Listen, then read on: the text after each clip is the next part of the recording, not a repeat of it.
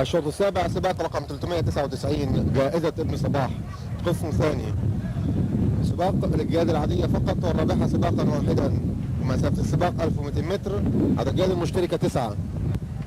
محارب يركبه فايز، سمي علي يركبه عبد التواب، الترا يركبه عبد اللطيف، راعد يركبه محسن، اسمراني يركبه محمد السيد، النمساوي بيه يركبه هشام، حلاوة المطرية يركبها مرسال، جاندارك يركبها عثمان، ونجمة يركبها داوود.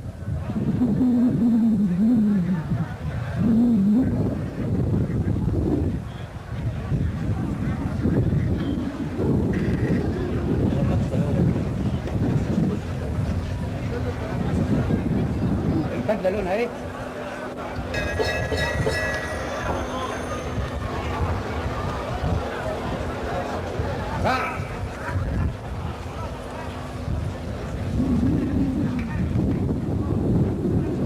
نمساوي نجمة رعد نمساوي ومحارب ونجمة داخلين على السكة الدوري، دخلوا السكة الدوري. رعد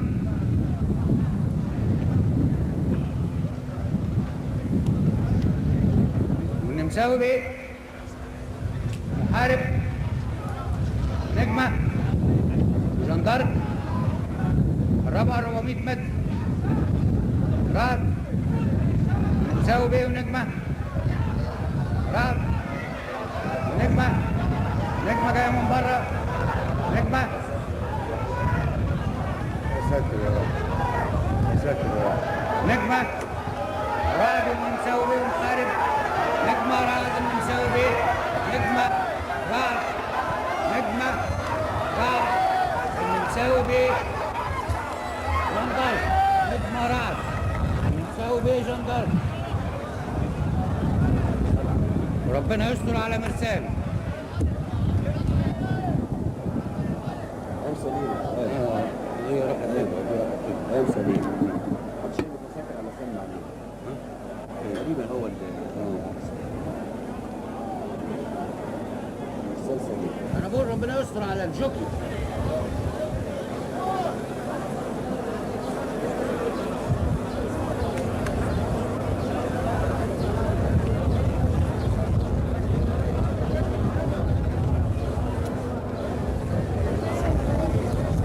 لسه النتيجة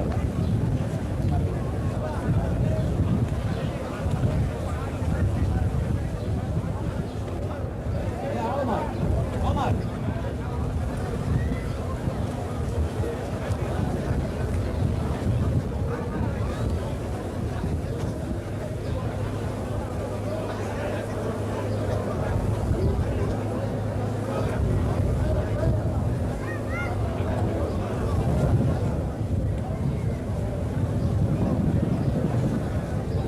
الشوط السابع الرابحة الأولى نجمة، الثاني راعد، الثالث النمساوي بيه، الرابعة جاندارك.